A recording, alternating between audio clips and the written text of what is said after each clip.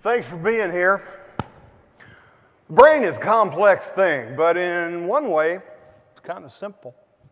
It divides the world along a single axis into things that are near and things that are far away. Now, things that are near are things we can control immediately, like our watch or a cell phone, but things that are far away, if we want to control them, we have to plan and calculate. And whether this is reaching across the table for salt or flying to the moon, to the brain, it's exactly the same kind of challenge. So the question is, why would the brain divide the world this way? Well, it has to do with nothing less than the meaning, the purpose of life. Now, you and I can argue all day long about what the purpose of life might be. But when it comes to the realm of science, the matter is settled. The purpose of life is to keep living. And we need a lot of things if we're going to do that. But in particular, we need shelter, we need food, and we have to propagate the species. Or as I like to put it, rent gets paid, dinner gets made, and we all get, moving right along. None of these things, unfortunately, can be found nearby. If we want them, we have to go across that axis and look for them. And fortunately, the brain has equipped us with a system to help us do that. It makes us want these things, and it gives us the means to figure out how to get them. This is the dopamine system. Whenever we encounter something new that might be useful to us, we get a little buzz. The dopamine buzz. And you know this feeling. You're walking down the street, you hear that ding off your cell phone, might be something good. Yeah, you know that feeling. Now, if you happen to be a caveman, this is an excellent system to have because it keeps you on the hunt for the things you need to stay alive. But if you have an apartment or a hotel room here, and you have directions on your phone to the grocery store, and you can use Tinder. If it's 2018, you don't need this system so much, but it turns out that your brain doesn't know it's 2018. And this dopamine drive has to go somewhere, and it does. It affects how we conduct ourselves in business and culture. It affects how we fall in love. It affects immigration, and it affects politics. Now, we all have some dopamine, and that's necessary, but some of us have more than others, and this can be for better and for worse. For instance, if you have high dopamine in the part of your brain that allows you to make connections, well, this might make you very creative. For instance, better stay away from those who carry around a fire hose. You don't need a weatherman to know which way the wind blows. That's Bob Dylan's Subterranean Homesick Blues. If you can think like that, good for you. But what if you couldn't stop? You might end up with racing thoughts at best, or at worst, what psychiatrists call word salad, which is a symptom of schizophrenia. Another example, what if you had high dopamine in the part of your brain that allows you to calculate and plan?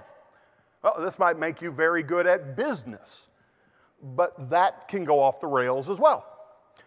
We all know people who are ambitious, and then we know, I'll use the nice word, cutthroats. People who are shooting for the top, but they're not satisfied when they get there. That's because they're not doing it for the reward at the end of the line. They're doing it for the more dopamine buzz all along the way. And when they get to the top, they're still not satisfied. And that need, that urge has to go somewhere, and it does. For instance, have you noticed that many of the offenders in the Me Too movement are often high-powered CEOs and celebrities? There you go. Have you noticed, or have you wondered, why winners cheat? That's why. Or to take it down a level, have you ever noticed that the person most likely to afford a beach house is least likely to enjoy it? You know why?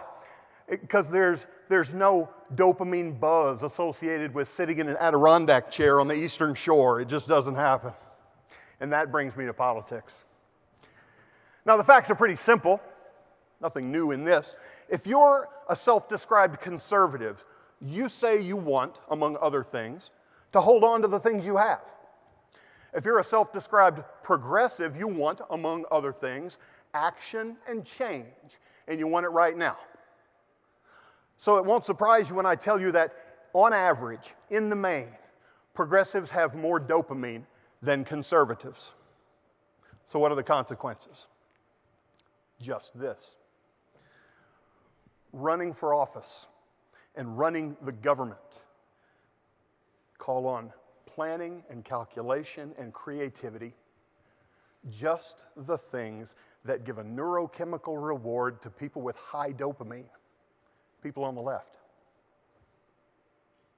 Now, I've heard it said that reality has a liberal bias, and I'm not even going to get into that with you all. There's no way I would touch that. But I will say that government absolutely has a liberal bias because government exists to do things.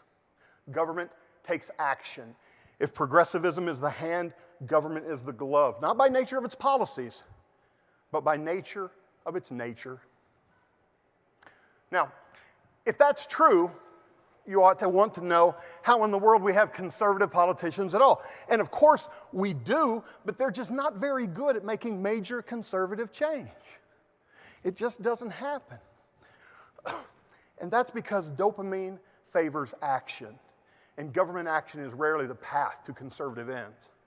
Conservatives favor market forces and individual action like that, not so much coordination and planning. And if you happen to be on that side, it gets even worse. Wait and see is a perfectly reasonable position to take on a whole lot of issues. But what is it that voters complain about all the time? Do-nothing politicians. So, I'm not going to say that we don't have any high dopamine conservatives and low dopamine liberals. Of course we do. And we're not slaves to dopamine.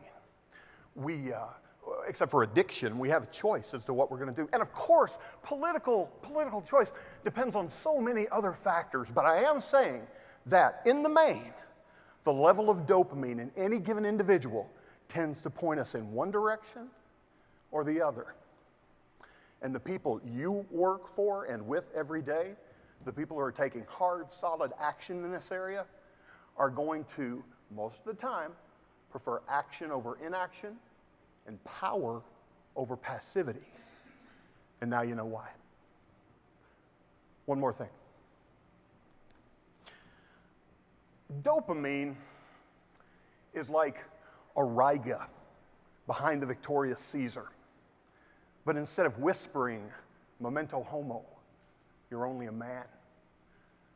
Dopamine shouts, and it shouts one thing. Wouldn't you like to have more? Thanks.